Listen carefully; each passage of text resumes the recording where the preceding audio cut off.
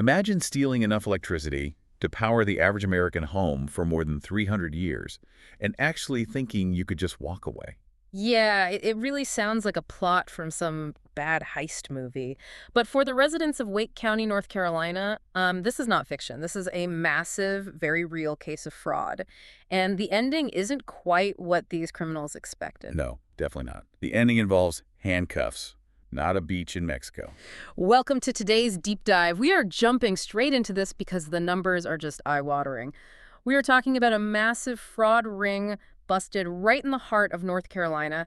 The headline number here, nearly $500,000 in stolen power. Right. To be exact, based on the reports, we are looking at $495,904.62 in losses for Duke Energy. Almost $500,000. And, you know, we need to be clear right off the bat here. This wasn't some minor clerical error. This wasn't it wasn't a family forgetting to pay a bill for a month because money got tight. No, not at all. This is theft, pure and simple. This is an organized, deliberate attack on the system.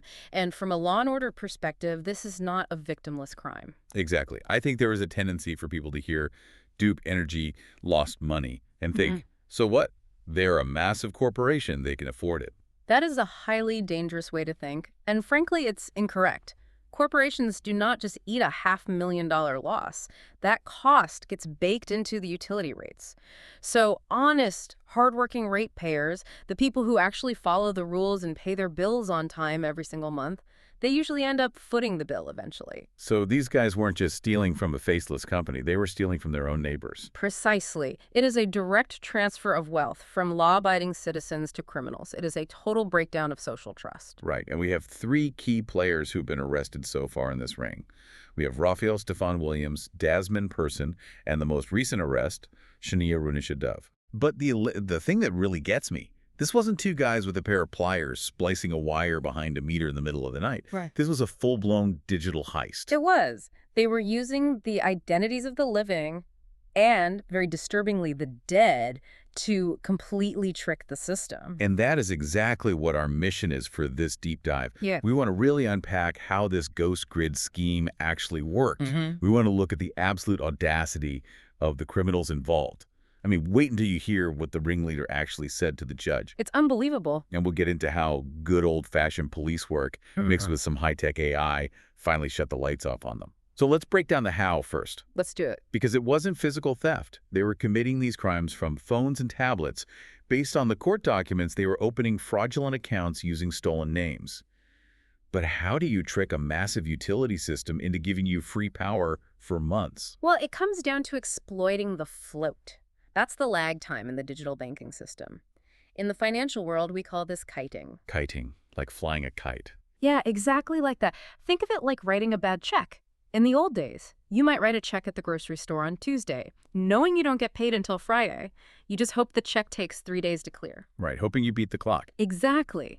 That is check kiting. These guys were doing digital kiting. They would set up an account, often with a stolen identity, and then they would make a payment using a totally bogus method, like a routing number that doesn't exist or a stolen credit card. But wouldn't the computer system just reject it immediately? Not instantly, no. The system sees a payment as pending. It generates a confirmation number. The computer basically thinks, okay, the check is in the mail. That buys the scammers a few days, maybe even a week of free power. Wow. And when the payment finally bounces, they just do it again. Or they use one bad account to pay off another bad account. They keep the money moving in a circle so it never actually lands. It's basically a giant shell game. It is a shell game. Yeah. And when the utility company finally catches on and cuts the account, the criminals just pivot.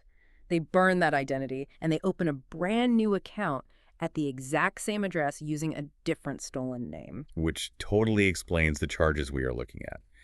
I am looking at the sheet for Rafael Williams right now. He alone faces 19 counts of identity theft. 19 counts. That isn't an accident. That is a full-time job. And look at the complexity of the financial trail they left. The investigation found they were using over 20 different transaction cards to move the money around and disguise the trail. They were intentionally creating this massive labyrinth of digital noise. That way, any single compliance officer looking at it would just see a mess, not a pattern. Right. But here is the part that I find just the most disturbing out of all of this. We touched on it a second ago. the victims. Yeah. They didn't just grab random names out of a phone book. They actively used the identities of deceased customers. That is just reprehensible. It really is. I mean, how do you even get that information? Sadly, it is much easier than you'd think. Obituaries are completely public. Social Security death indices are accessible if you know where to look. In the criminal underworld, these are referred to as ghost identities. Because the person is gone. Exactly. The person is dead, so they aren't monitoring their credit report. They aren't going to call Duke Energy and say, hey, I didn't open this account. It is the perfect cover. Yeah. Well, until it isn't.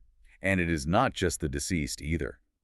Desmond Person, who is one of the suspects, is literally charged with the exploitation of an older or disabled adult. That right there tells you absolutely everything you need to know about the character of the people running this scheme. It is one thing to try and trick a corporation's billing software. It is an entirely different level of evil to prey on the elderly, the disabled, and the grieving families of the deceased just to keep your lights on. It shows a complete and total lack of a moral compass. You are literally building your criminal lifestyle on the suffering of vulnerable people. And that is exactly why the law and order perspective is so vital here. We cannot treat this as just some victimless computer mischief. This is highly predatory behavior. When you steal an identity, you are wrecking someone's credit. You are causing absolute nightmares for families who are just trying to settle estates. Imagine trying to close out your grandmother's estate while you're grieving and finding out she suddenly owes Duke Energy $5,000 for a house she didn't even live in. It's sickening. That is the hidden cost of crime. It is the hours of phone calls, the lawyers, the stress. It leaves this massive trail of destruction that goes way, way beyond the Duke Energy balance sheet. Absolutely. And speaking of the people behind this destruction, we really need to talk about the central figure here, Rafael Stefan Williams. From everything we are reading in the reports, he appears to be the primary ringleader. He certainly seems to be the one facing the most heat. The list of felonies he is facing is staggering. Identity theft, accessing computers to defraud, obtaining property by false pretense. And the dollar amounts linked specifically to him were huge. We are seeing reports of fraud chunks of over $100,000 at a time. Right. That is not someone struggling to pay a $50 heating bill in the winter. That is enterprise-level theft. You simply do not rack up 100 grand in electricity just keeping the lights on. But wait, here is where it gets really infuriating. Williams actually had a court appearance recently, and he stood there and asked the judge for a lower bond. Do you want to know what his excuse was? I can only imagine the entitlement. He told the judge he wanted to get his bond lowered so he could get back to college to finish his degree. You have got to be kidding me. I really wish I was. He is standing in a courtroom accused of stealing nearly $500,000, ruining credit scores, using dead people's names, and he actually says he needs to get back to class. That is a level of narcissism that is genuinely hard to process. You commit massive identity fraud, you break the law repeatedly, and then you expect the justice system to just open the doors and let you out because you have a homework assignment due. It's the college defense. Your Honor, I know I stole 300 years' worth of power, but I have a midterm on Tuesday. It shows a total lack of accountability. It suggests he doesn't actually think he did anything wrong, or at least that the rules shouldn't apply to him because he's somehow special. Well, here is the good news for anyone who values actual justice. The judge wasn't buying it. Not for a single second. Thank goodness. We need judges who see right through that kind of manipulation. We really do. The judge actually warned Williams that he has, quote, massive exposure. And then he completely dropped the hammer. He looked right at him and told him, you're looking at spending the rest of your life in prison. Now that is a reality check. And the bond kept it roughly $2 million. Good. That is exactly what a strict judicial response to massive theft looks like. Yeah. A $2 million bond sends a very clear, very loud message. You cannot rob the community blind and expect a slap on the wrist. We see way too many cases in other jurisdictions where repeat offenders just walk out the next day on a low cash bail. They just go right back to committing crimes. But not here. If you do the crime, especially on this massive scale, you are going to sit in a cell and face the consequences. It is incredibly satisfying to see the system actually work like that. Yeah. You aren't going to, quote unquote, finish your degree while your victims are still spending years cleaning up the financial mess you made. Deterrence matters. If Williams had walked out of there on a low bond, what message does that send to every other digital scammer watching this case? It tells them the risk is low. By keeping him locked up, The court is raising the price of doing business for criminals. Okay, so we know who did it, and we know they're sitting behind bars right now. But let's talk about how they actually got caught. Because for a while there, they were getting away with it. They were stealing power for months. Well, this is where technology comes back around to help the good guys. The criminals used tech to steal, so Duke Energy had to use tech to catch them. Right. The sources mentioned that Duke Energy started flagging all this suspicious activity back in July 2025. But they weren't just using guys with clipboards driving around checking meters. They are now using AI-driven tools. Artificial intelligence. It is rapidly becoming the new gold standard in fraud detection. Exactly. These tools are specifically designed to detect scams and patterns on social media and across websites. It's like having a digital detective that never sleeps, just constantly scanning the grid. It is all about pattern recognition. A human analyst might never notice that 50 different accounts, all with completely different names, are logging in from the exact same IP address or the exact same tablet. So the AI sees it instantly. Instantly, it flags the anomaly. It asks, why is this account in a deceased person's name suddenly showing billing activity at 3 in the morning? Or, why did this specific payment confirmation number get used twice on 2 different accounts? And once Duke Energy realized what was really happening, that accounts were being opened in the names of the dead, they didn't just sit on it. They went straight to the Wake County Sheriff's Office. And Sheriff Willie Rowe jumped right on it. And you really have to give credit to the sheriff's office here. Sheriff Rowe specifically emphasized holding repeat offenders accountable. This was a massive multi-agency effort. Yeah. You had the corporate side identifying the data anomalies, and then you had the sworn police officers actually hitting the streets to build the case and make the arrests. That kind of cooperation is how you stop organized crime. I want to pivot a little bit to how the public is reacting to all of this. Yeah. We looked at some community comments, specifically from Reddit threads where locals were discussing this case, just to get a pulse on what real people are thinking. And let me tell you, people are extremely angry. As they absolutely should be. One commenter just summed it up perfectly. They just wrote, "That's $500,000. People are just blown away by the sheer size of the theft. But alongside the anger, there is also a lot of skepticism. You see a lot of people questioning if this goes even deeper." It is interesting you mentioned that, because looking at the source material, there was a lot of online chatter comparing this North Carolina case to other utility companies in other states. People were bringing up Georgia Power and the Southern Company. Yeah, asking things like, is this same ghost grid happening down there too? Right, and they were even bringing up political figures. There were mentions of Fani Willis popping up in the discourse around utility corruption. Right, the district attorney down in Georgia. Now, obviously, a power theft ring in North Carolina has absolutely nothing to do legally with a district attorney in Georgia. No, completely separate. But culturally, it shows a very deep connection in the public mind. How so? What do you mean by that? It shows that the public is just entirely exhausted by corruption. They are tired of feeling like the entire system is rigged against the honest guy.